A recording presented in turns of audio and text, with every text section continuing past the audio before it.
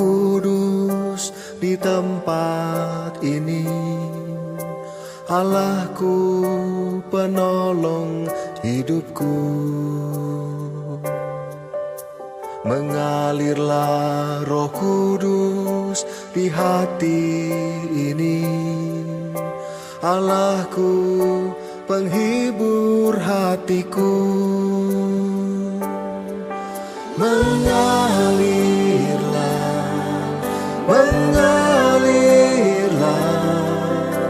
penuhi dan pulihkan hidupku ini. Mengalirlah,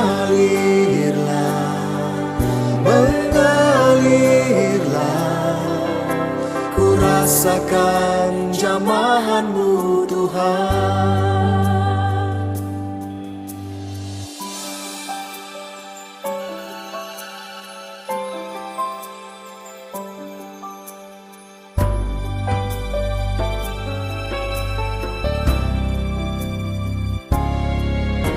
Mengalirlah Roh Kudus di tempat ini. Allahku, penolong hidupku. Mengalirlah Roh Kudus di hati ini. Allahku, penghibur hatiku. Mengalirlah,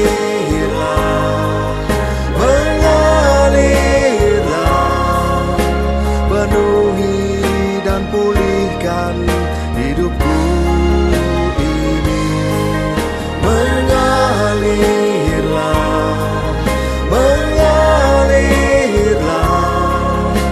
ku rasakan jamahan-Mu Tuhan. Mengalirlah,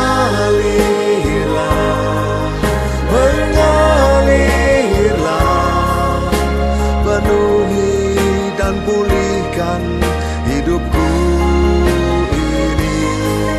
Mengalirlah,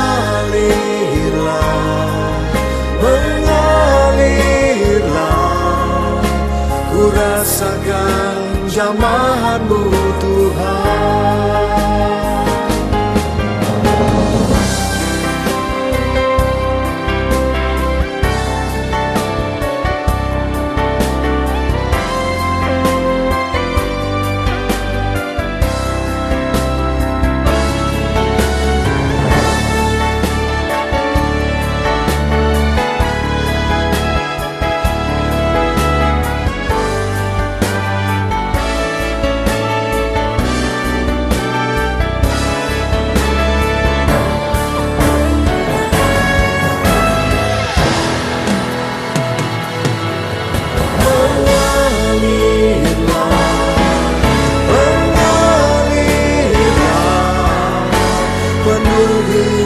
Dan pulihkan hidupku.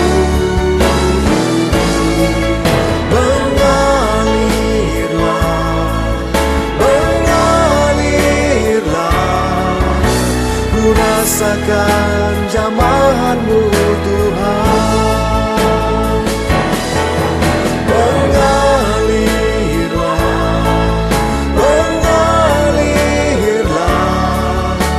penuhi dan pulihkan hidupku ini. Mengalirlah,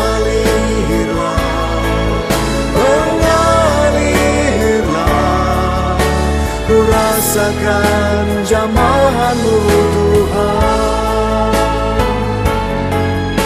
Ku rasakan pertolongan-Mu Tuhan. Ku rasakan jamahan-Mu Tuhan.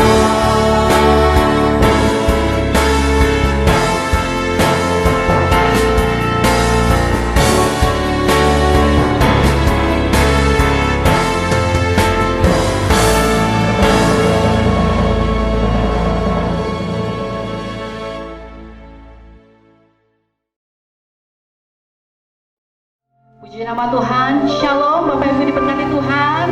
Haleluya, happy Sunday bagi Bapak Ibu yang berada di rumah maupun dimanapun saudara berada. Saya percaya pagi hari ini kita dipenuhi oleh sukacita, amin. Sebab firman Tuhan berkata, bersukacitalah senantiasa. Itu sebabnya saya percaya lewat ibadah online ini semua kita akan dilawat oleh Tuhan, amin. Mari bersama kita tundukkan kepala, kita berdoa. Bapak, terima kasih Tuhan Yesus buat hari yang luar biasa ini Tuhan. Pada hari ini Tuhan Yesus, meskipun pada situasi yang sedang sulit seperti ini Tuhan, kami tidak bisa berkumpul di satu gereja. Kami ada di rumah masing-masing, beribadah di rumah masing-masing. Tapi kami percaya lawatan Tuhan turun atas kami. Kuasa Tuhan turun atas kami dan kami diubahkan oleh karena hadirat Tuhan. Terima kasih Bapa, terima kasih Yesus. Mari kami siapkan hati kami ya Bapa, untuk kami mau bersyukur, memberikan yang terbaik, pujian, penyembahan hanya bagi nama Tuhan. Sebab hanya Tuhan yang layak dipuji dan disembah. Terima kasih Tuhan, terima kasih Bapa. Di dalam nama Tuhan Yesus, mari kita semua yang bersyukur berkata, amin. Haleluya, terima kasih Tuhan. Kami percaya di setiap musim Tuhan baik bagi kami. Tuhan selalu menolong kami. Tuhan senantiasa menjaga kami dan memelihara kami. Terima kasih Yesus. Haleluya.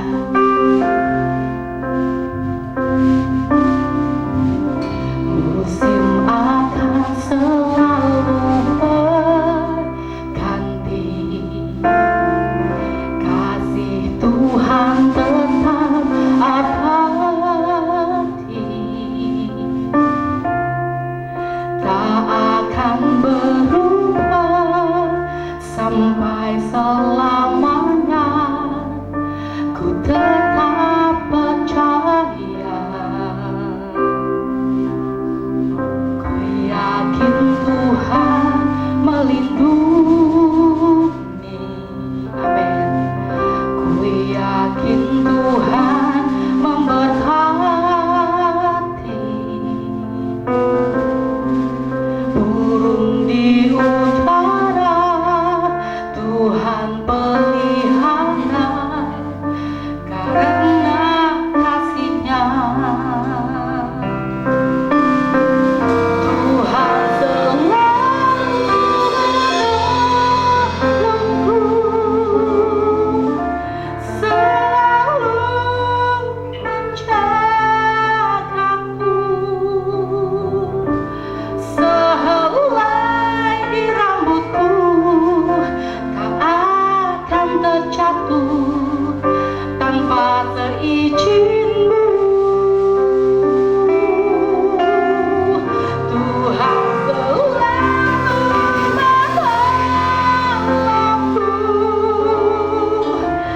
selalu menjagaku.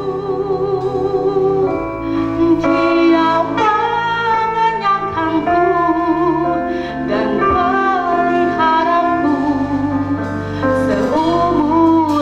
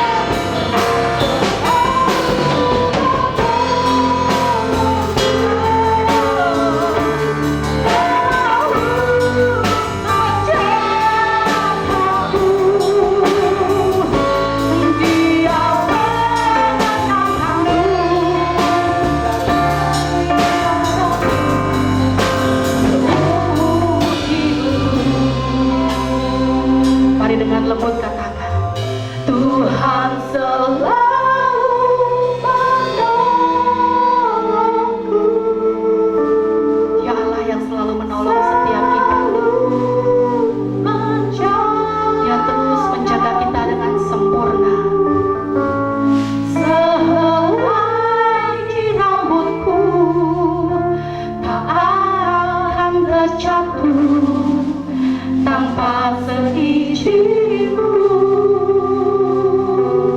Amin. Tuhan selalu menolongku, selalu menjagaku. Dia menyangkaku dan peliharaku seumur hidupku. Dia menyangkaku dan peliharaku seumur hidupku. Satu kali lagi di hadapan Tuhan katakan, Dia menyangkaku dan peliharaku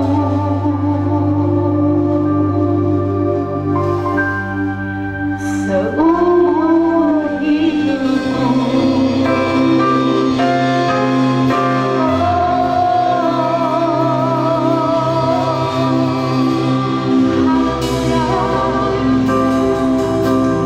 Dia menjagaku, Yesus. Dia memeliharaku seumur hidupku.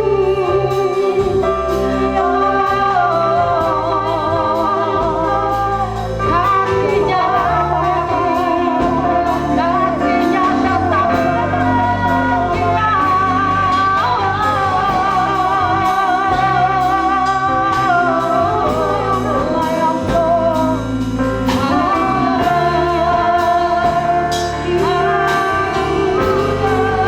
Mari kita sembah Dia, naikkan syukur bagi Tuhan.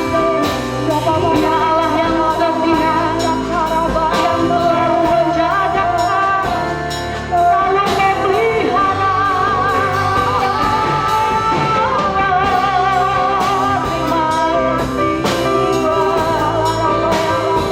Kau berkuasa atas hidup kami.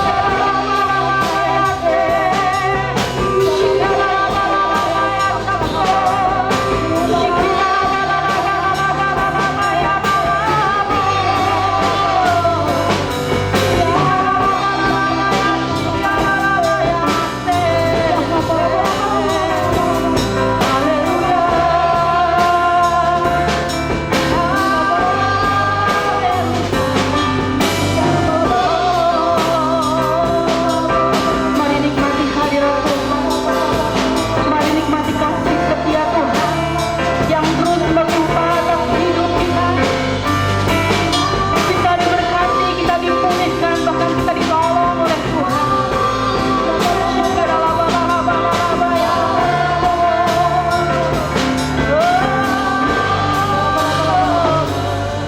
Terima kasih Tuhan. Terima kasih Tuhan Yesus. Di tengah situasi yang sulit, di tengah krisis yang sedang kami alami, kami percaya bahwa pertolongan Tuhan tidak akan pernah terlambat. Itu sebabnya bawa hati kami untuk terus menyembah-Mu Tuhan, untuk bersyukur Tuhan Yesus apa yang sudah Tuhan berikan atas hidup kami, dan bawa lebih lagi hati kami untuk bersuka cita, karena kami percaya saat kami bersuka cita, berkat Tuhan tercurah atas kami. Di dalam nama Tuhan Yesus Kristus, semua kita umat Tuhan yang percaya bersama berkata, amin. Tepuk tangan yang paling meriah bagi Tuhan kita. Lebih meriah lagi bagi Tuhan yang kita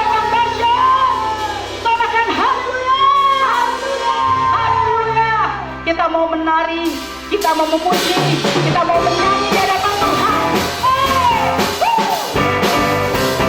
Kita bersuka-cita karena Allah kita yang dahsyat. Amin. Haleluya. Angkatlah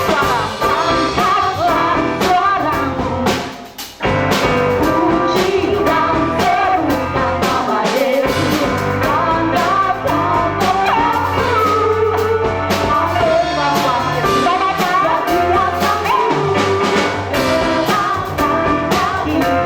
menarilah, menarilah dan bertepuk tangan, bersukacitalah, kau bersama suami yang anggun. Sekarang kita angkatlah suaramu, puji dan serukan nama Yesus, angkatkan. Tidak usah khawatir, sudah biasa bersama Tuhan. Gerakkan kaki, menarilah dan bertepuk tangan, bersukacitalah,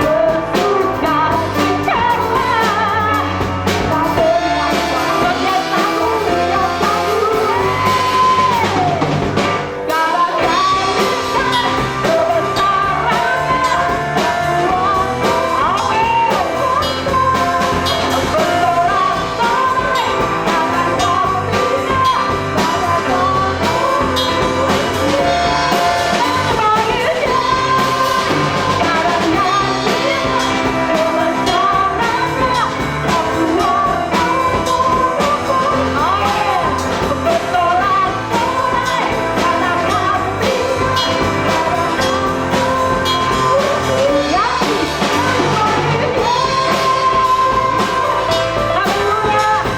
apapun yang terjadi, apapun yang kami hadapi Tuhan, kami akan bersukacita, kami menari, memuji, menyembah Tuhan. Katakan, sekarang nyanyikan kebesaran-Nya yang kuat dan berkuasa, bersorak-sorai karena kasih-Nya telah datang menolong kita.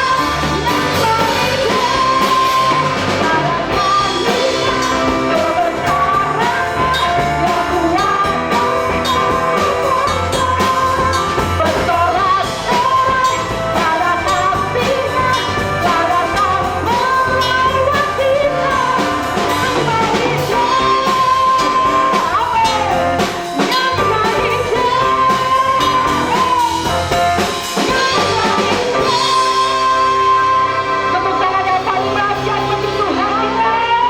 Allah kita yang luar biasa. Haleluya.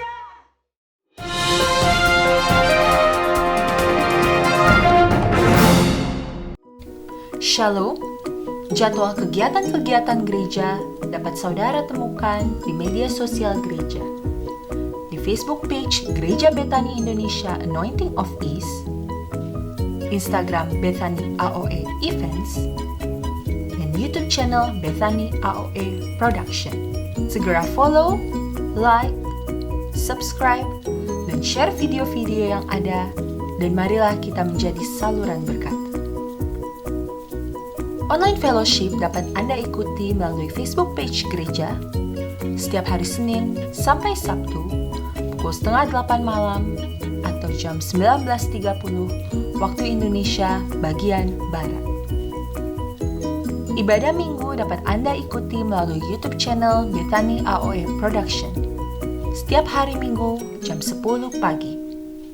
Dan bagi saudara yang membutuhkan dukungan doa, Anda bisa mencantumkan pokok-pokok doa saudara melalui kolom komentar yang ada di bawah video ini. Tim doa kami rindu berdoa bagi Anda.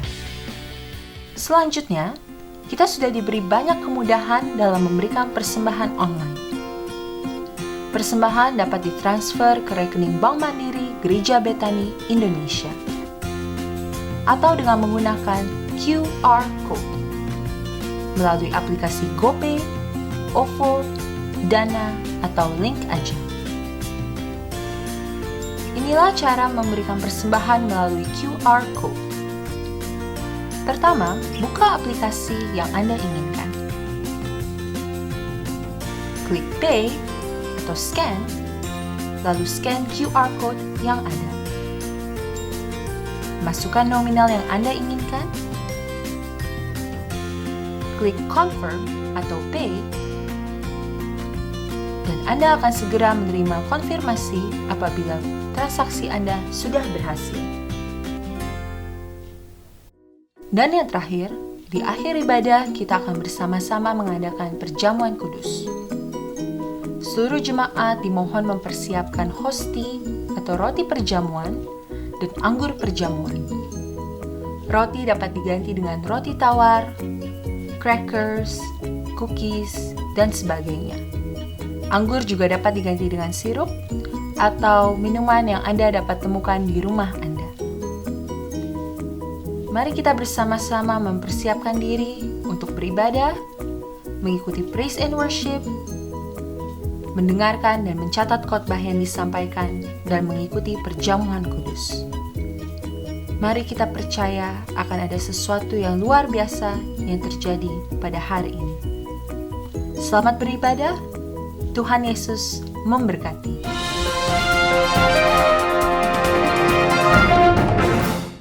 Haleluya, terima kasih Tuhan Yesus.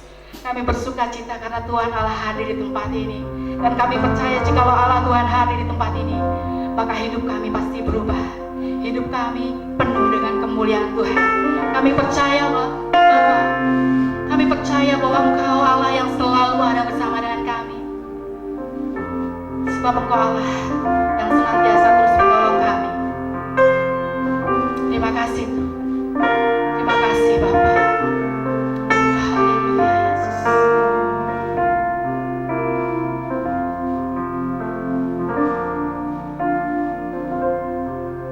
Engkaulah kekuatan kami.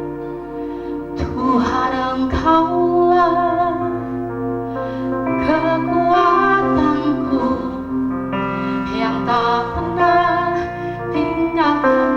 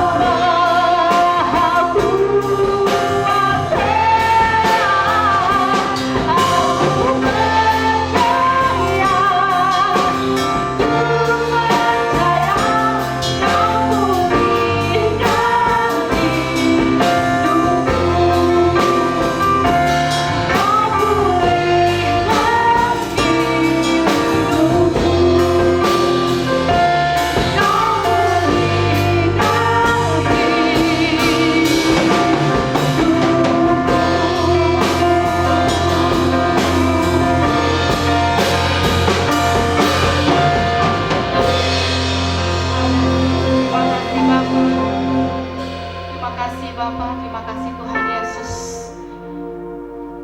Kami percaya bahwa Tuhan adalah satu-satunya penolong kami. Tuhan adalah satu-satunya kekuatan bagi kami. Itu sebabnya bahwa hati kami lebih dalam lagi masuk dalam hadirat-Mu Tuhan.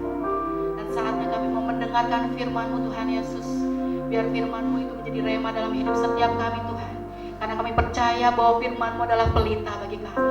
Terima kasih Bapa, terima kasih Tuhan Yesus. Di dalam nama Tuhan Yesus, kita umat Tuhan yang siap mendengarkan firman Tuhan bersama berkata, amin. Berikan kemuliaan paling dahsyat bagi Tuhan Yesus.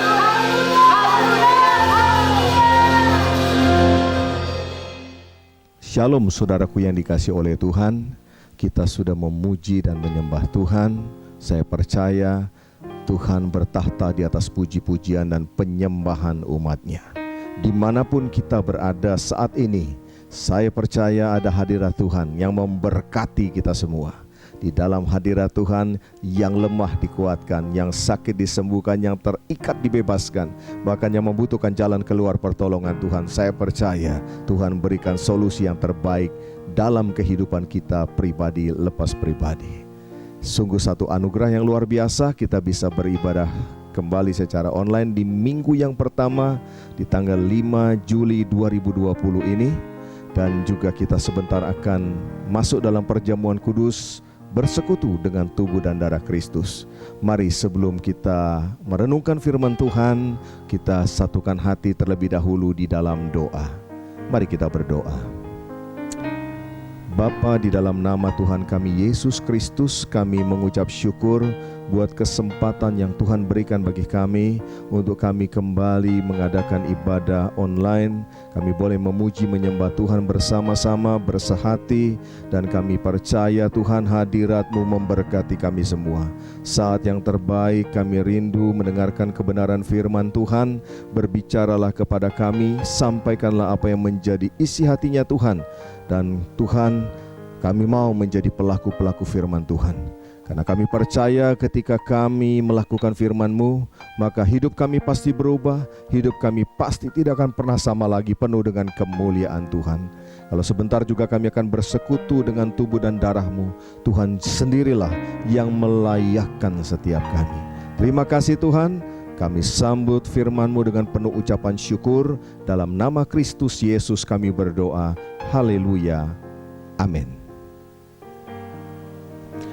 Kekasih-kekasih Kristus, sungguh kita bersyukur kepada Tuhan kalau pada hari ini kita bisa beribadah secara online bersama-sama. Meskipun kita belum bisa bertemu secara langsung, tapi saya percaya di dalam kasih Kristus kita senantiasa dipersatukan. Dan sebentar juga kita akan bersama-sama bersekutu dengan tubuh dan darah Kristus. Karena itu saudara, persiapkan hati saudara, persiapkan diri saudara untuk kita menyambut berkat yang luar biasa pada hari Minggu ini. Nah, kekasih-kekasih Tuhan, kita seringkali sebagai anak-anak Tuhan itu mendengarkan kata kasih karunia. Amin. Berapa banyak saudara sering mendengarkan kata kasih karunia? Oh, puji Tuhan. Ya, apa sebetulnya arti daripada kasih karunia Tuhan?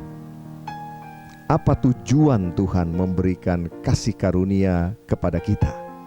Nah, kita perlu memahami arti daripada kasih karunia Tuhan tersebut, sehingga kita tidak akan masuk dalam hal yang namanya penyalahgunaan oleh karena ketidakpahaman kita terhadap kasih karunia Tuhan. Ya, saya perhatikan saudara, akibat dari ketidakpahaman orang percaya akan firman Tuhan, maka banyak sekali orang percaya yang akhirnya diperdayakan oleh si jahat atau si iblis. Ya, dan itulah yang menjadi kekhawatiran juga daripada Rasul Paulus, sehingga ia menuliskan di dalam 2 Korintus pasal yang ke-11 ayat yang ke-3. Mari kita buka sama-sama. Ini sebetulnya adalah peringatan Tuhan tentang tipu daya si jahat. Mari kita baca. Tetapi aku takut kalau pikiran kamu disesatkan dari kesetiaan kamu yang sejati kepada Kristus. Sama seperti Hawa diperdayakan oleh ular itu dengan kelicikannya. Ya. Saudara dikasih oleh Tuhan, pemahaman yang keliru atau yang salah itu sangat berbahaya. Itu akan berdampak dalam kehidupan seseorang. Ya, tingkah laku yang salah, perbuatan seseorang yang salah, itu karena disebabkan karena pemahamannya yang salah juga. Jadi kalau kita mau tahu dari mana seseorang itu ya melihat pemahaman mereka, ya benar atau salah, lihat saja apa yang mereka buat, bagaimana tingkah laku mereka. Kalau mereka memahami dengan baik segala sesuatu, khususnya firman Tuhan, maka tingkah laku perbuatan mereka juga pasti akan tingkah laku yang benar sesuai dengan firman Tuhan. Kekasih-kekasih Kristus, si jahat atau si iblis itu sangat memahami yang namanya firman Tuhan. Sayang sekali justru banyak orang percaya yang kurang memahami atau bahkan tidak memahami firman Tuhan itu sendiri, sehingga akhirnya mudah sekali orang percaya itu diperdaya oleh si jahat, diperdaya oleh si iblis. Saya ambil contoh ya, di Alkitab kalau saudara membuka, maka saudara akan dapatkan di sana ternyata iblis pun mencoba Yesus. Ya, pada waktu Tuhan Yesus berpuasa 40 hari 40 malam, setelah itu ia dibawa oleh Roh Kudus, kemudian ia dicobai oleh si iblis. Dan yang menarik di sini adalah ia dicobai dengan firman Tuhan. Ya, coba kita sama-sama buka di dalam Matius 4 ayat 5 sampai dengan ayat yang ke-7. Saya bacakan bagi saudara sekalian. Kemudian iblis membawanya ke kota suci dan menempatkan dia di bubungan bait Allah. Lalu berkata kepadanya, jika engkau anak Allah, jatuhkanlah dirimu ke bawah, sebab ada tertulis mengenai engkau, ia akan memerintahkan malaikat-malaikatnya, dan mereka akan menatang engkau di atas tangannya, supaya kakimu jangan terantuk kepada batu. Yesus berkata kepadanya, ada pula tertulis, janganlah engkau mencobai Tuhan Allahmu. Saudara lihat di sini, iblis berkata apa? Sebab ada tertulis. Artinya apa? Dia tidak asal bicara. Dia berbicara berdasarkan ada tertulis firman Tuhan, meskipun dia mencomotnya di luar daripada konteks tersebut. Konteksnya sebetulnya kan ini adalah janji kasih karunia perlindungan Tuhan atas orang percaya, atas orang-orang benar yang berjalan di jalan-jalannya Tuhan. Ya, itu kasih karunia perlindungan Tuhan.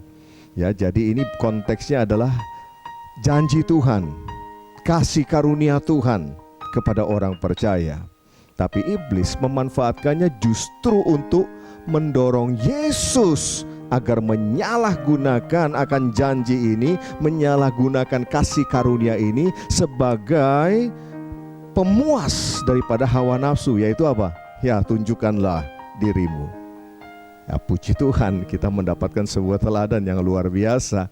Ya, Yesus tahu benar tentang firman yang tertulis tersebut.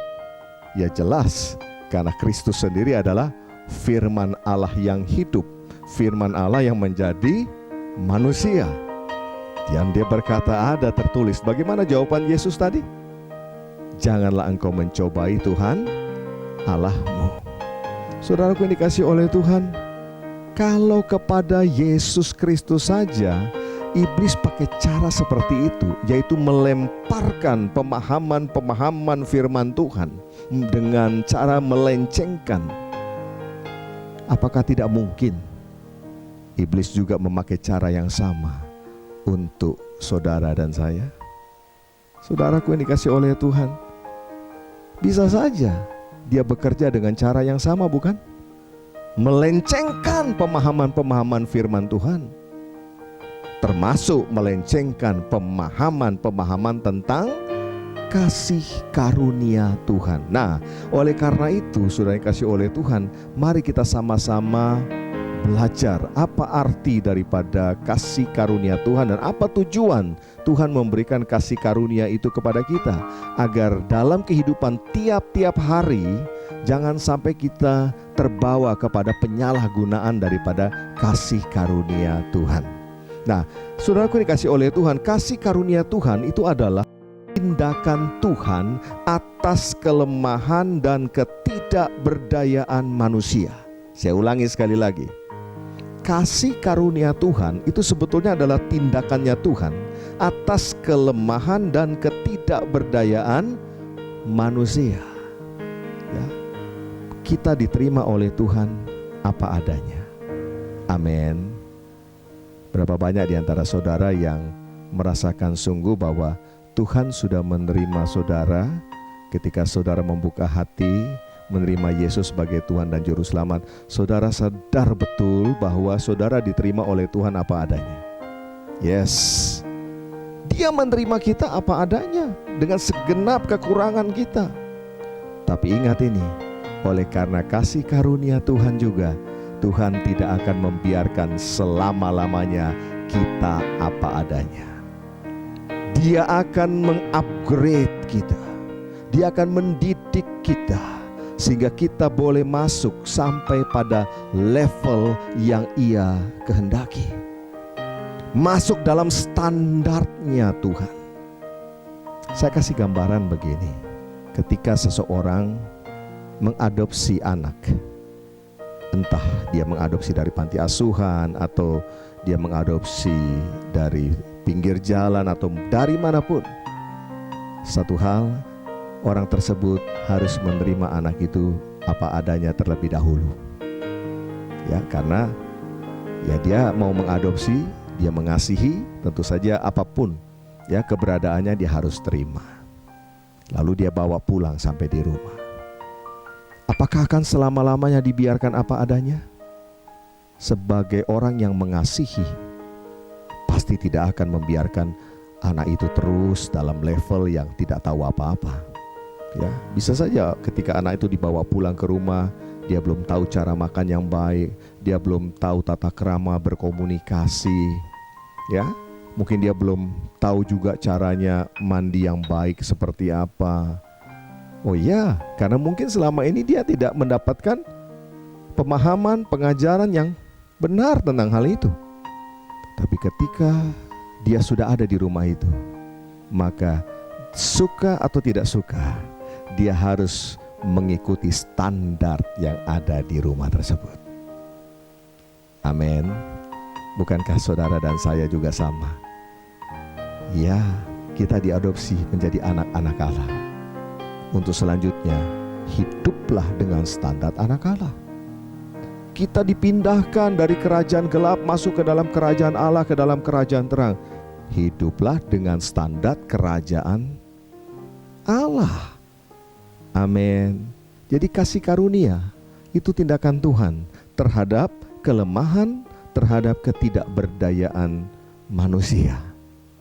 Itu yang pertama.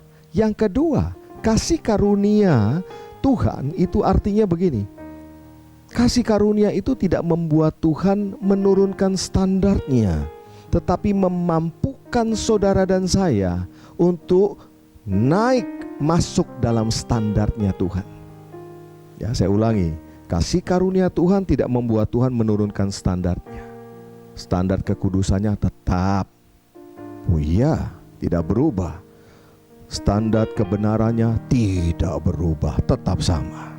Ya, tetapi Ia memampukan kita untuk hidup dalam standarnya Dia. Ini yang luar biasa. Ya, jadi kasih karunia tidak boleh membuat kita hidup di luar kehendaknya Tuhan. Tapi justru karena kasih karunia, kita harus hidup di dalam kehendaknya Tuhan. Dan kasih karunia Tuhan itulah yang menolong saudara dan saya. Amin. Nah, karena itu sudah dikasih oleh Tuhan, jangan sampai kita sebagai anak-anak Tuhan menyalahgunakan kasih karunia Tuhan. Rasul Paulus, seorang yang sangat memahami arti daripada kasih karunia. Oh ya, dia bisa menjadi murid Yesus, dia bisa menjadi seorang rasul. Dia sadar betul itu adalah kasih karunia Tuhan, dan dia tidak mau kasih karunia Tuhan yang ia sudah terima itu menjadi sia-sia. Maka ini yang dia lakukan. 1 Korintus 15 ayat yang ke-10 dikatakan begini, tetapi karena kasih karunia Allah, aku adalah sebagaimana aku ada sekarang, dan kasih karunia yang dianugerahnya kepadaku tidak sia-sia. Sebaliknya, baca sama-sama, aku telah bekerja lebih keras daripada mereka semua, tetapi bukannya aku, melainkan kasih karunia Allah yang menyertai aku. Perhatikan saudara dikasih oleh Tuhan, orang-orang yang menerima kasih karunia daripada Tuhan jangan lagi hidup lebih rendah kualitasnya dari orang-orang yang belum menerima kasih karunia Tuhan. Kalau kita lihat di sini tadi, Rasul Paulus berkata apa? Aku telah bekerja lebih keras, garis bawahi, lebih keras daripada mereka semua. Kekasih-kekasih Tuhan, saudara dan saya itu punya satu tanggung jawab, punya satu tugas, yaitu menjadi saksi Yesus. Apa artinya menjadi saksi Yesus? Bukan berkata tentang kebaikan Tuhan saja, ya. Perlu memang kita menceritakan kebaikan Tuhan, tapi saksi Yesus yang sesungguhnya adalah hidup kita, itu yang menjadi kesaksian itu sendiri. Sehingga ketika orang melihat hidup kita, mereka boleh melihat Tuhan Yesus yang ada di dalam setiap kita. Artinya kita sebagai orang-orang yang sudah menerima kasih karunia Tuhan, kalau kita bekerja, kualitas kita harus tinggi, kualitas kita harus berbeda dengan orang-orang yang belum menerima kasih karunia Tuhan. Sehingga pada akhirnya orang boleh melihat, ya memang mereka berbeda, memang anak-anak Tuhan itu berbeda. Kalau saudara sebagai seorang karyawan di kantor, saudara harus mengerjakan tugas pekerjaan saudara dengan excellent. Ya, itu sudah menjadi tanggung jawab kita sebagai orang-orang yang menerima kasih karunia. Jangan apa adanya. Dan yang lebih gawat, jangan berada di bawah kualitas orang-orang yang belum mengenal Tuhan. Kita justru harus menjadi teladan. Tuhan mau saudara dan saya itu jadi teladan. Iya, menjadi terang dan garam, menjadi berkat. Itu adalah bagian kita sebagai saksi Yesus, orang-orang yang sudah menerima kasih karunia Tuhan. Kalau saudara sebagai seorang pengusaha, jadilah pengusaha yang juga hidup takut akan Tuhan. Dari cara saudara berusaha, dari cara saudara memanage seluruh perusahaan, memanage karyawan saudara, harusnya berbeda dengan kualitas yang terbaik, sehingga banyak orang boleh melihat Tuhan Yesus ada di dalam diri saudara. Jangan justru sebaliknya, kualitas kita justru di bawah daripada orang-orang yang belum menerima kasih karunia Tuhan. Kalau itu yang terjadi, apa kesaksian hidup kita? Bagaimana kita bisa berfungsi sebagai terang maupun sebagai garam? Amin. Mungkin kalau saudara yang masih studi, masih sekolah, masih belajar, masih kuliah, ayo hidup dengan kualitas yang lebih tinggi daripada orang-orang yang belum menerima kasih karunia Tuhan. Belajar lebih sungguh, ya, kuliah lebih sungguh, hasilkan prestasi yang luar biasa, yang bisa memuliakan nama Tuhan, yang bisa memberkati banyak orang. Nah, itulah sebetulnya panggilan hidup saudara dan saya sebagai saksinya Tuhan, orang-orang yang sudah menerima kasih karunia Tuhan. Terlebih lagi kalau saudara sebagai pelayan-pelayan Tuhan, hamba-hamba Tuhan. Nah, mari belajar seperti Rasul Paulus yang menyadari betul bahwa kita ini kasih karunia Tuhan sudah dilimpahkan dalam hidup kita. Mari lakukan dengan sungguh-sungguh. Paulus berkata, aku bekerja lebih keras. Ya, sebagai Rasul Tuhan, dia bekerja lebih keras daripada semua orang-orang itu. Karena dia tidak mau kasih karunia Tuhan itu menjadi sia-sia dalam kehidupannya dia. Bapak, Ibu, Saudaraku yang dikasihi oleh Tuhan, semua perintah Tuhan yang ada di dalam Alkitab sebetulnya dipersiapkan atau dirancang untuk dilakukan dalam kasih karunia Tuhan, bukan oleh kekuatan kita sendiri. Karena itu kalau kita mengandalkan kekuatan diri kita sendiri, dapat dipastikan kita akan gagal untuk melakukan setiap perintah-perintah Tuhan. Tapi memang kasih karunia Tuhan itulah yang dipersiapkan untuk menolong saudara, untuk menolong kita agar kita bisa melakukan semua perintah-perintah Tuhan. Dan kita akan terheran-heran. Ya, orang akan heran. Kok saya bisa ya seperti itu? Kok saya bisa ya murah hati? Kok saya bisa ya sekarang mengampuni? Kok saya bisa ya demikian? Dan seterusnya. Sebetulnya itu menunjukkan bukan karena kita, tetapi karena kasih karunia Tuhan yang sudah diberikan bagi saudara dan saya, dan itu yang memerintah dalam kehidupan kita. Dalam Titus pasal yang kedua, ayat yang ke-11 sampai dengan ayat yang ke-12 dikatakan, karena kasih karunia Allah yang menyelamatkan semua manusia sudah nyata. Ia mendidik, ya, dalam bahasa aslinya salah satu artinya adalah menghajar, ya. Ia menghajar kita supaya kita meninggalkan kefasikan dan keinginan-keinginan duniawi, dan supaya kita hidup bijaksana, adil, dan beribadah di dalam dunia sekarang ini. Amin.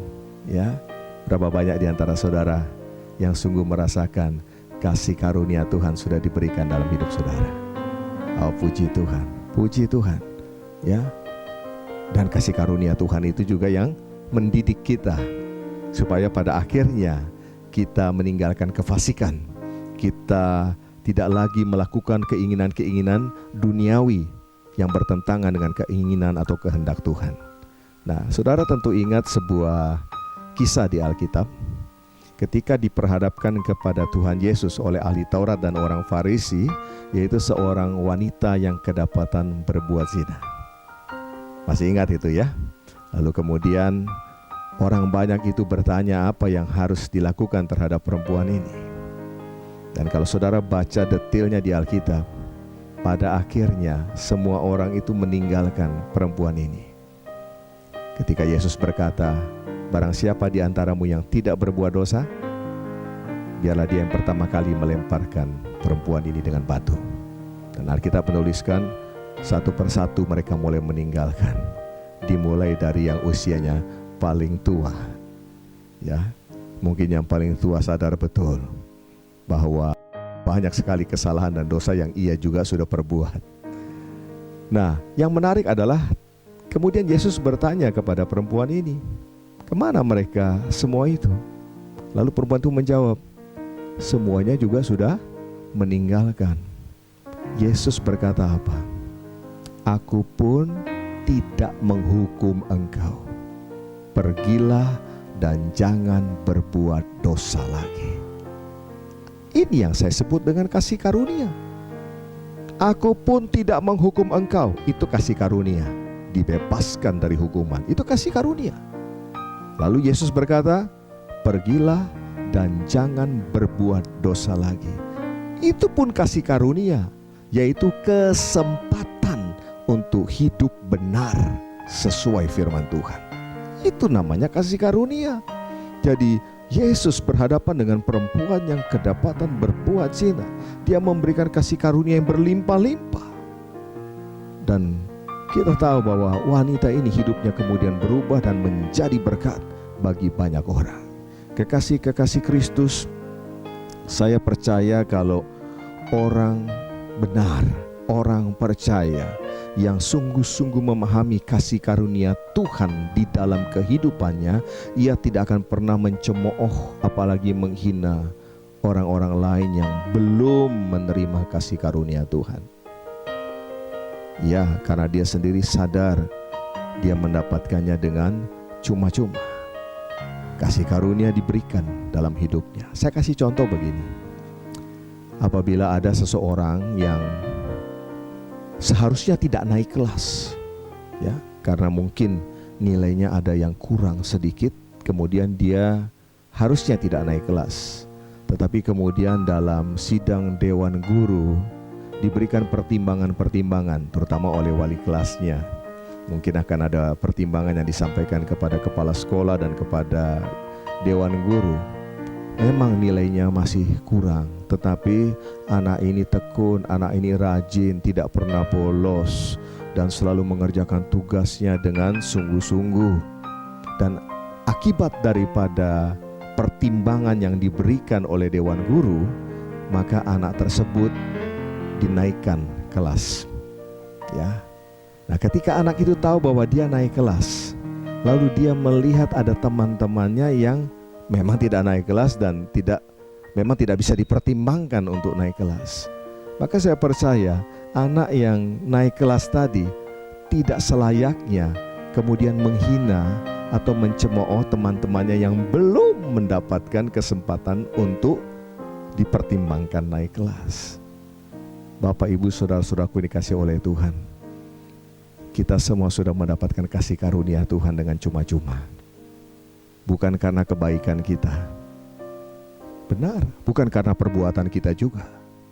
Maka kita ini kemudian dipilih oleh Tuhan.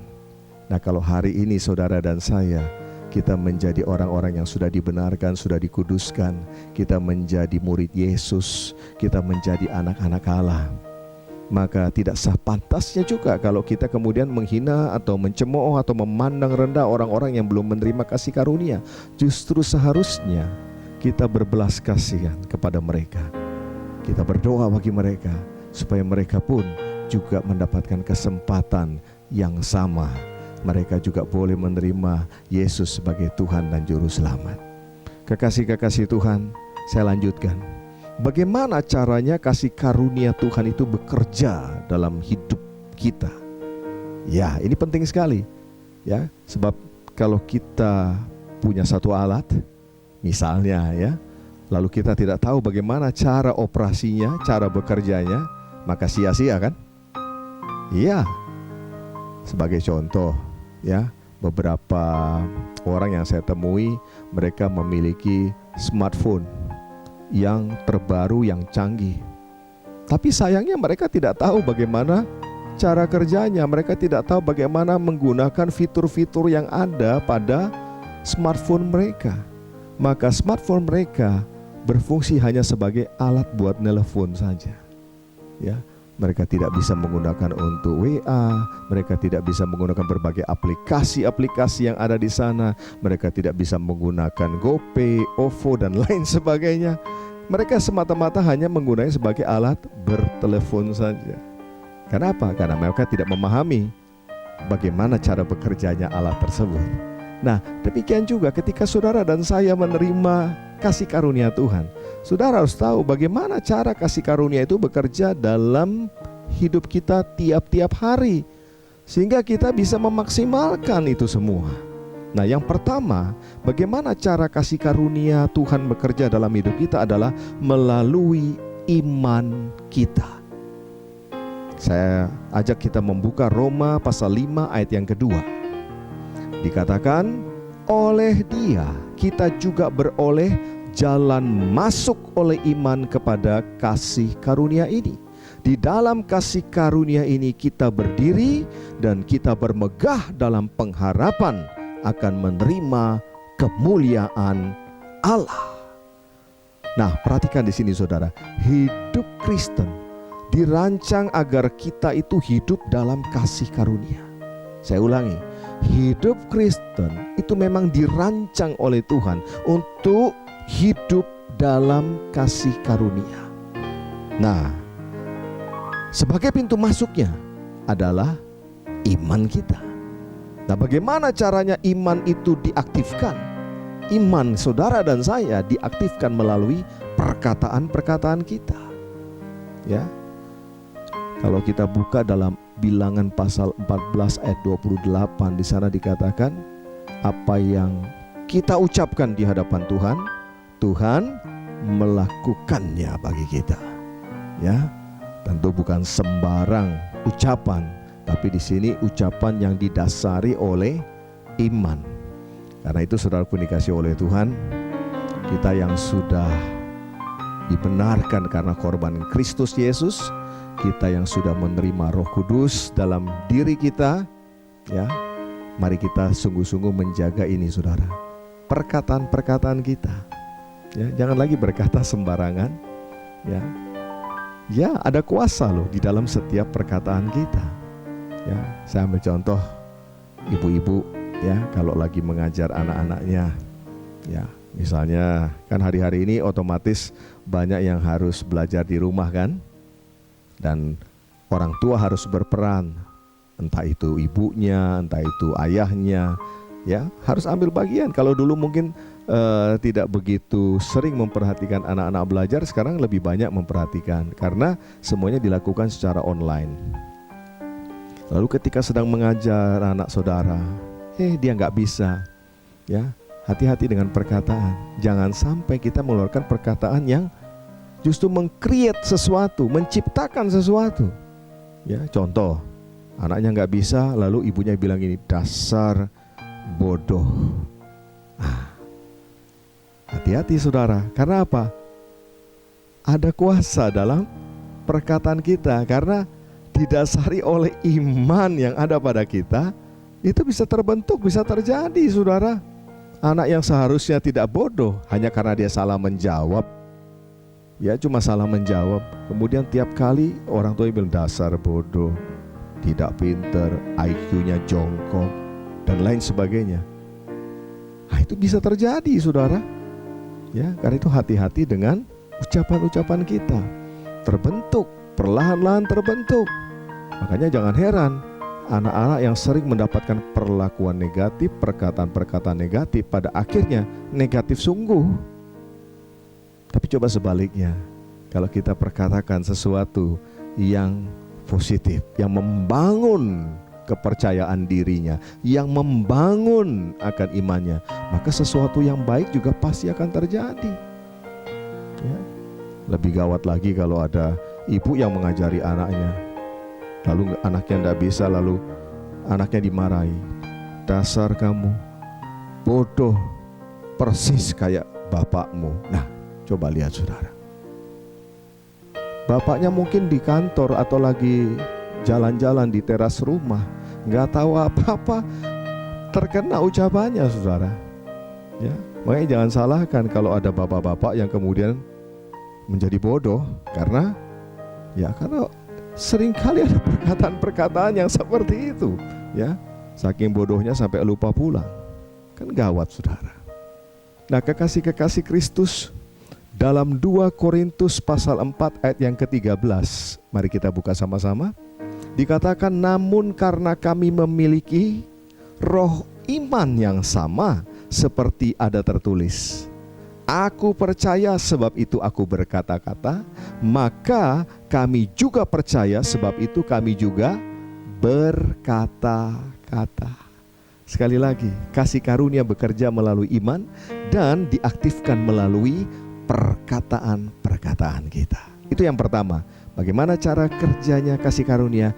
Melalui iman, diaktifkan melalui perkataan-perkataan saudara. Amin.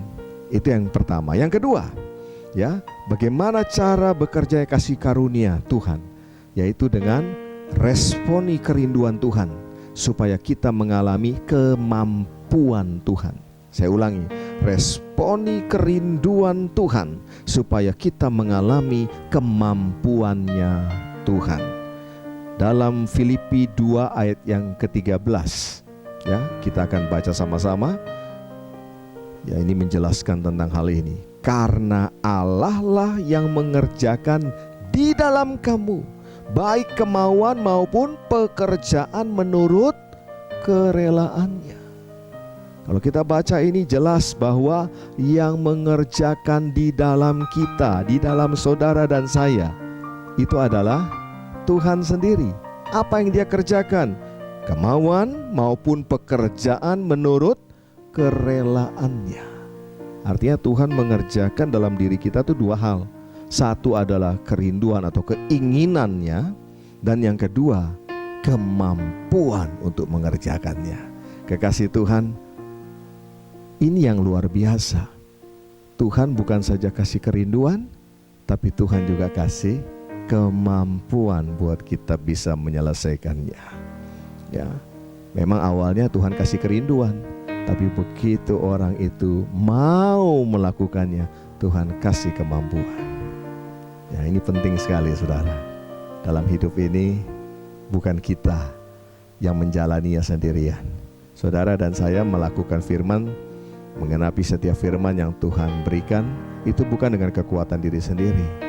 Karena itu jangan pernah berkata begini, aku tidak bisa, aku tidak mampu. Jangan. Ya, Tuhan cari bukan orang yang mampu, Tuhan cari orang yang berkata aku mau. Ya, saya percaya ketika engkau mau, Tuhan aku mau, Tuhan aku mau melakukan seluruh kehendak-Mu. Saya percaya kasih karunia Tuhan itu memberikan kemampuan kepada kita untuk kita bisa melakukannya. Saya ambil contoh begini, ya. Satu ketika saudara diajak oleh seseorang, ya, untuk pergi dinner, ya, makan malam di satu tempat yang terkenal mahal, ya, eksklusif, mewah dan mahal. Pertanyaannya, apakah saudara mau meresponi kerinduan orang tersebut dengan mengajak saudara ke sana? Ataukah sebaliknya, saudara justru repot, sibuk sendiri melihat dompet? Ya, lalu kemudian ketika melihat dompet dan berkata, ya tanggal tua, ya masih banyak cicilan, ya masih banyak yang harus diselesaikan, udahlah, nggak usah ikutlah ke sana. Saudara dikasih oleh Tuhan, maka saudara tidak akan pernah sampai di sana. Padahal ketika seseorang itu mengutarakan kerinduannya untuk mengajak kita atau mengajak saudara, maka sebetulnya dia yang akan bertanggung jawab untuk menyelesaikan semuanya, bukan? Tinggal jawaban kita adalah mau atau tidak mau. Begitu menjawab mau, saya percaya, ya, saudara akan diajak ke tempat yang tadi, yang eksklusif, yang mewah, yang cukup mahal tadi, dan semua diselesaikan. Kekasih Tuhan, Allah yang kita sembah, Allah yang kaya, Allah yang kaya dengan segala sesuatu. Bagi Tuhan juga tidak ada sesuatu pun yang mustahil. Pertanyaannya cuma simpel, maukah kita mengikutinya atau tidak? Maukah kita menuruti perintah-perintahnya atau tidak? Itu dia. Jadi kasih karunia bekerja, yaitu dengan cara, ayo responi kerinduan Tuhan di dalam hidup kita, supaya pada akhirnya kita mengalami yang namanya kemampuan Tuhan. Haleluya. Itu yang kedua. Yang ketiga, bagaimana kasih karunia Tuhan itu bisa bekerja dalam hidup saudara dan saya adalah berserah dan bergantunglah sepenuhnya kepada Tuhan. Sekali lagi, berserah dan bergantunglah sepenuhnya kepada Tuhan. Galatia 3 ayat yang ketiga. Dikatakan di sana, Galatia 3 ayat yang ketiga. Adakah kamu sebodoh itu? Kamu telah mulai dengan roh, maukah kamu sekarang mengakhirinya di dalam daging? Orang-orang di Galatia ditegur oleh Tuhan melalui Rasul Paulus. Awalnya mereka sudah memulai di dalam roh. Mereka berserah kepada Roh Kudus. Mereka mengikuti tuntunan Roh Kudus. Mereka berani melakukan apa yang Roh Kudus perintahkan. Ya, Roh Kudus perintahkan mereka untuk menginjil, mereka menginjil. Roh Kudus perintahkan mereka untuk melayani, mereka melayani. Roh Kudus perintahkan mereka untuk mengampuni, mereka mengampuni. Roh Kudus perintahkan kepada mereka untuk menabur, mereka menabur, dan seterusnya. Tetapi kemudian dalam perjalanan mereka mengikut Tuhan, keadaannya semuanya sudah mulai baik, ya, nyaman. Lalu ini yang terjadi. Yang tadinya semuanya didasarkan oleh kasih dan iman kepada Tuhan, selanjutnya mulai pakai ini, saudara. Nah, segala sesuatu mulai dipikirkan sendiri, dipertimbangkan sendiri, dihitung sendiri. Kekasih Tuhan, jangan salah paham. Bukan berarti kita sebagai anak Tuhan tidak boleh berpikir. Ingat, pikiran, perasaan, kehendak ciptaan Tuhan. Artinya Tuhan mau kita memang berpikir. Tapi ada saatnya juga ketika kita diperintah oleh Tuhan, pada saat itu mari kita masuk di dalam cara kerja daripada kasih karunia. Bagi Tuhan tidak ada yang mustahil, bagi Tuhan tidak ada yang sukar. Meskipun menurut perhitungan manusia tidak cukup. 5 roti, 2 ekor ikan, mana cukup. Tapi ketika mereka mulai melakukan, murid-murid mulai melakukan, membagikan, ya, mereka membagikan kepada orang banyak. Mereka dibuat terheran-heran sendiri. Ternyata 5.000 orang laki-laki makan sampai kenyang, bahkan masih tersisa 12 bakul. Luar biasa. Saudaraku yang dikasih oleh Tuhan, saya teringat dengan satu peristiwa, yaitu orang yang tenggelam kemudian dia ditolong. Ya, ternyata saudara, saya melihat dalam video itu ketika regu penolong itu menghadapi orang yang sedang tenggelam, ya, sedang berontak dan lain sebagainya tadi. Ketika orang itu mulai dipegang oleh regu penyelamat dan dia masih berontak, maka apa yang terjadi, saudara? Orang itu dibuat pingsan lebih dulu. Ya, kenapa dia harus dibuat pingsan lebih dahulu? Karena ternyata menolong orang yang dalam keadaan pingsan atau berserah itu jauh lebih mudah daripada menolong orang yang masih berontak. Orang yang masih dalam keadaan berontak, ya, ketika ditolong dalam keadaan mau tenggelam, itu justru membahayakan penolongnya loh, saudara. Bisa-bisa orang yang tadinya mau menolong bisa ikut tenggelam bersama-sama dengan orang itu. Tapi kalau orang itu dia berserah, ya, dia tenang dan dia berserah, maka regu penolong tidak perlu membuat dia pingsan. Ya, regu penolong bisa dengan mudah mengangkatnya. Berapa banyak di antara saudara hari-hari ini engkau sangat mengharapkan pertolongan Tuhan? Tidak ada cara lain. Berserahlah dan bergantunglah sepenuhnya kepada Tuhan. Atau perlu dibikin pingsan dulu sama Tuhan? Tidak perlu, ya. Berserah saja sama Tuhan. Tuhan, ini aku, tolong aku. Tangan Tuhan tidak kurang panjang untuk menolong saudara dan saya. Kasih karunia-Nya besar atas saudara dan saya, dan masih ada sampai hari ini, bahkan sampai selama-lamanya. Ya. Ingat, selama kita masih berupaya dengan kekuatan kita sendiri, maka kuasa Tuhan yang begitu besar, kemampuan Tuhan yang begitu besar, kasih karunia Tuhan yang begitu besar tidak maksimal dalam kehidupan kita. Ya, kekasih-kekasih Kristus, mari kita belajar. Kasih karunia Tuhan sudah dilimpahkan buat kita semua. Kasih karunia Tuhan itu berbicara tindakannya Tuhan atas kelemahan dan ketidakberdayaan saudara dan saya. Ingat, kita sudah diterima Tuhan apa adanya. Dan kasih karunia Tuhan tidak akan membiarkan selama-lamanya kita apa adanya. Dia pasti membentuk, mendidik kita, menghajar kita, mengkoreksi kita, supaya kita upgrade, masuk dalam standarnya Tuhan, masuk dalam level yang Tuhan kehendaki.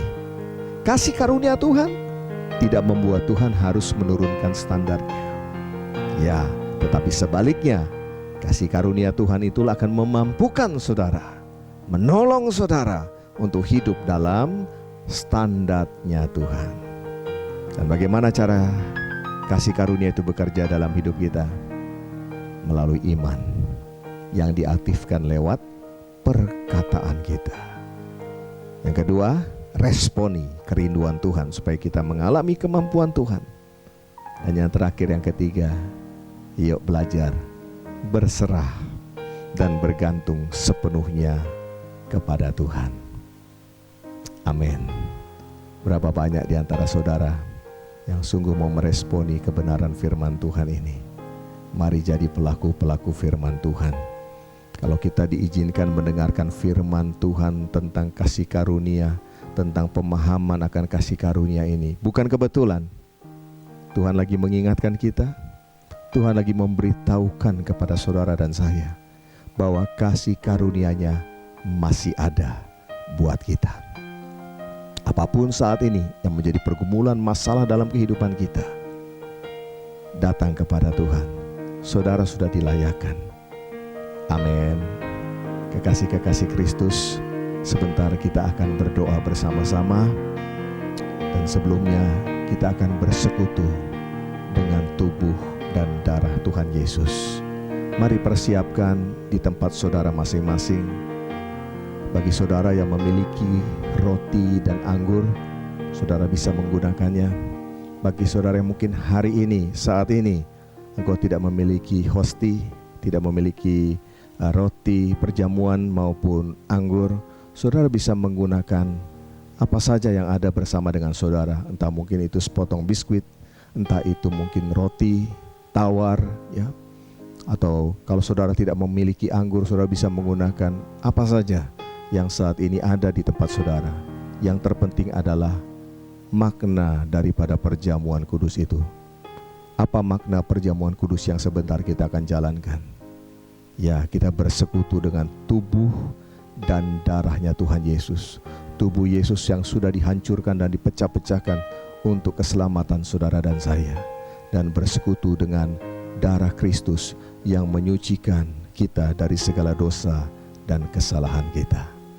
Mari sebelum kita masuk dalam perjamuan kudus, kita persiapkan hati kita, persiapkan diri kita. Haleluya. Jika ada di antara saudara yang saat ini mungkin engkau sedang menyimpan kesalahan orang lain, saudara lepaskan pengampunan. Mari masuk perjamuan kudus dengan cara yang benar. Firman Tuhan berkata, ampunilah kesalahan sesamamu, supaya kita pun diampuni oleh Bapa di sorga. Mari kita persiapkan hati kita, kita masuk di dalam doa. Bapa, di dalam nama Tuhan kami Yesus Kristus, kami sungguh mengucap syukur kalau di hari Minggu ini, Minggu yang pertama di bulan Juli 2020 ini, Tuhan, Engkau izinkan kami untuk masuk dalam perjamuan kudus. Kami rindu bersekutu dengan tubuh dan darah-Mu ya Tuhan. Layakanlah setiap kami Tuhan. Ampunilah segala dosa dan kesalahan kami, seperti kami juga mengampuni orang yang bersalah kepada kami. Layakkan kami semua Tuhan. Terima kasih Tuhan buat kesempatan yang luar biasa yang Tuhan berikan bagi kami. Sekalipun kami ada di rumah kami masing-masing, dengan apa yang ada pada kami mau memaknai perjamuan kudus ini dengan benar. Kami sungguh-sungguh bersekutu dengan tubuh dan darah Kristus yang sudah diberikan untuk menyelamatkan setiap kami.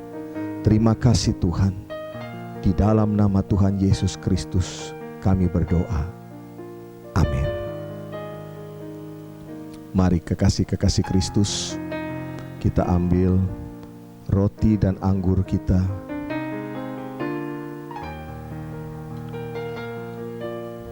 Haleluya.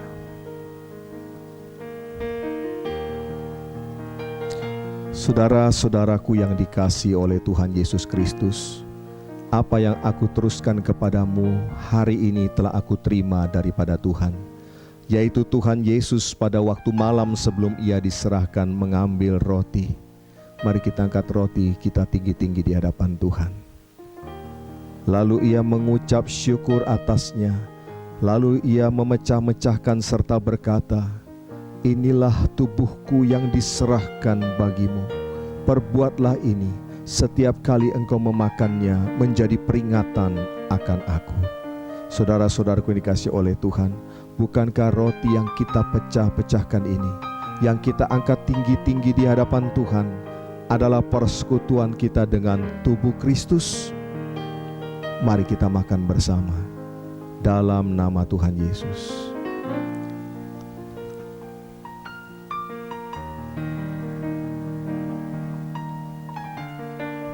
Terima kasih Tuhan. Terima kasih Tuhan Yesus. Tubuh-Mu dihancurkan bagi kami. Tubuh-Mu disesah bagi kami. Hukuman yang tidak seharusnya telah ditimpakan kepada Tuhan. Dan oleh bilur-bilur-Mu lah segala sakit penyakit kami sudah disembuhkan. Hidup kami sudah dipulihkan. Terima kasih Tuhan Yesus. Terima kasih Tuhan Yesus. Terima kasih. Lalu sesudah makan, Tuhan Yesus mengambil cawan. Saudara-saudaraku yang dikasihi oleh Tuhan, mari kita angkat cawan kita tinggi-tinggi di hadapan Tuhan.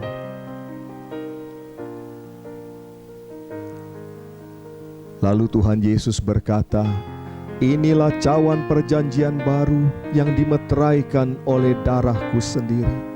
Perbuatlah ini setiap kali engkau meminumnya menjadi peringatan akan aku." Kekasih-kekasih Kristus, bukankah cawan pengucapan syukur yang atasnya kita ucapkan syukur ini adalah persekutuan kita dengan darah Kristus? Mari kita minum bersama dalam nama Tuhan Yesus.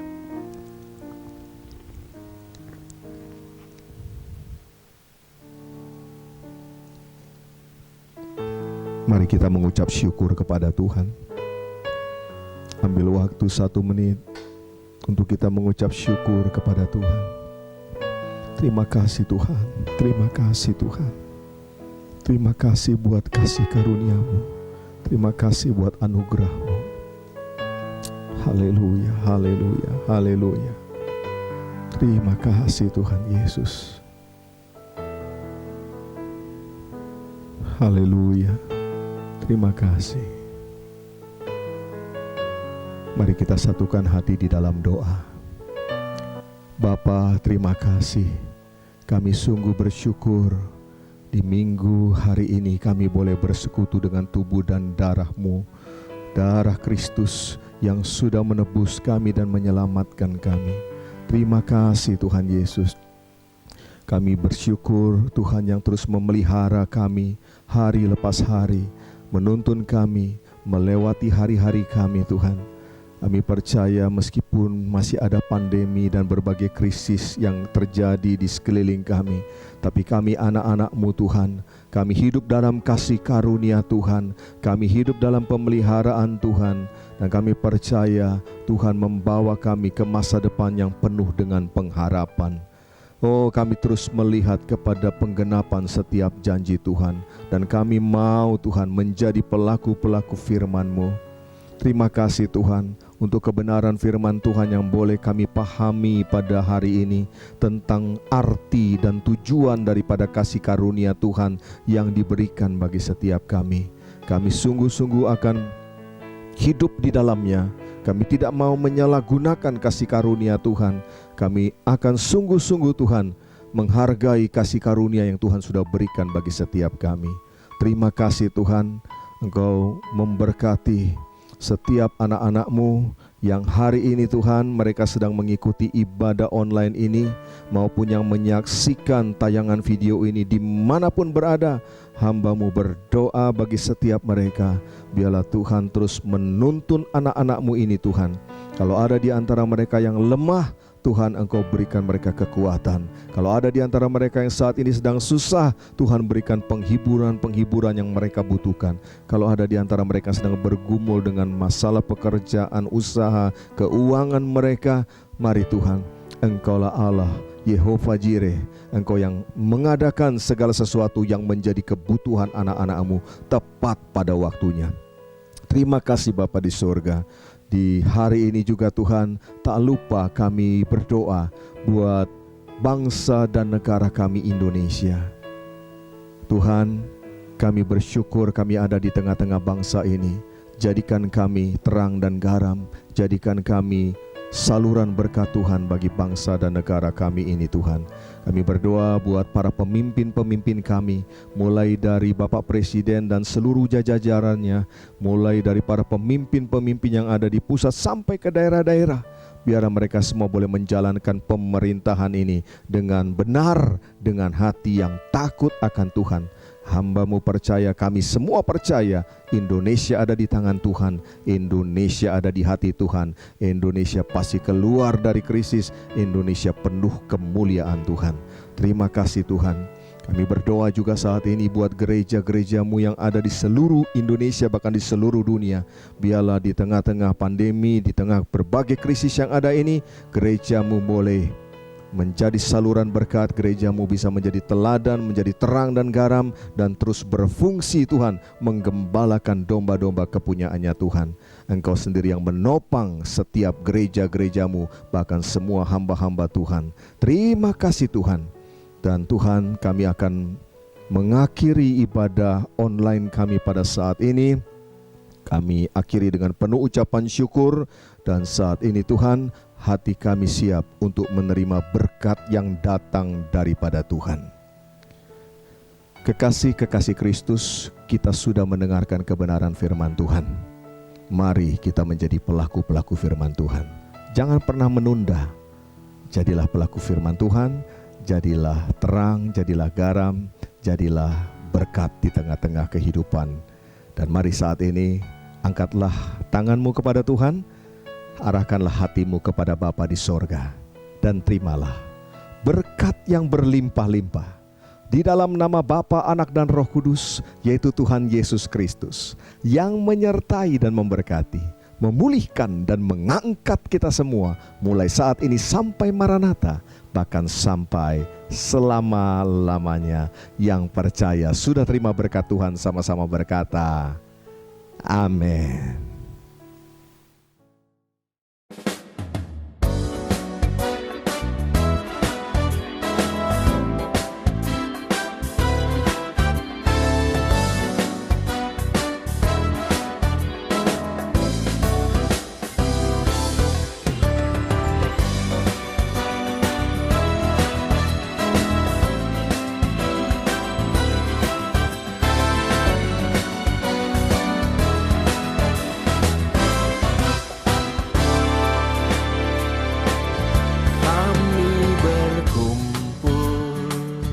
Bersukacita, menyanyi memuji Tuhan dengan tarian.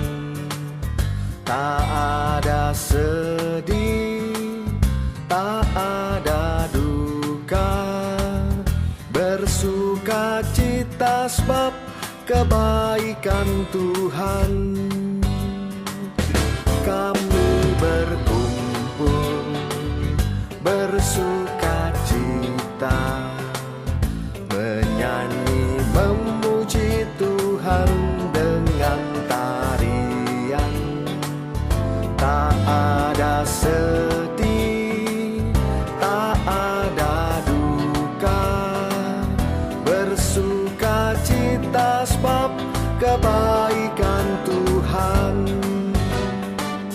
Ku angkat tanganku, ku angkat suaraku, menyanyi memuji Tuhan sebab Dia hirangkanku.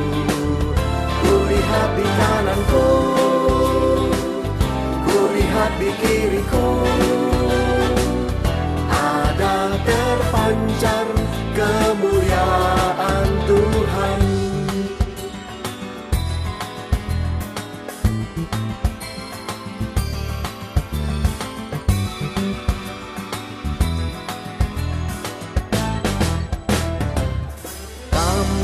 Berkumpul bersukacita, menyanyi memuji Tuhan dengan tarian.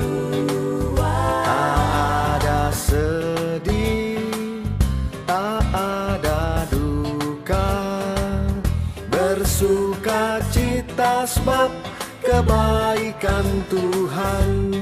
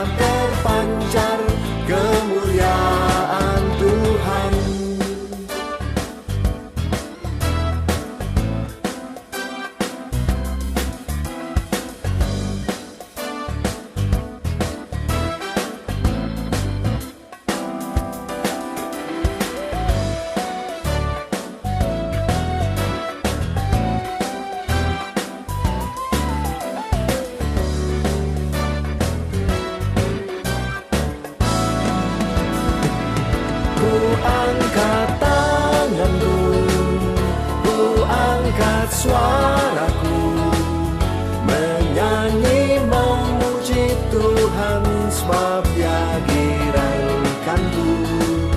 Kulihat di kananku, kulihat di kiriku, ada terpancar kemuliaan Tuhan. Kulihat di kananku, kulihat di kiriku, ada terpancar kemuliaan Tuhan. Kulihat di kananku, kulihat di kiriku, ada terpancar kemuliaan Tuhan. Ada terpancar kemuliaan Tuhan. Ada terpancar kemuliaan Tuhan.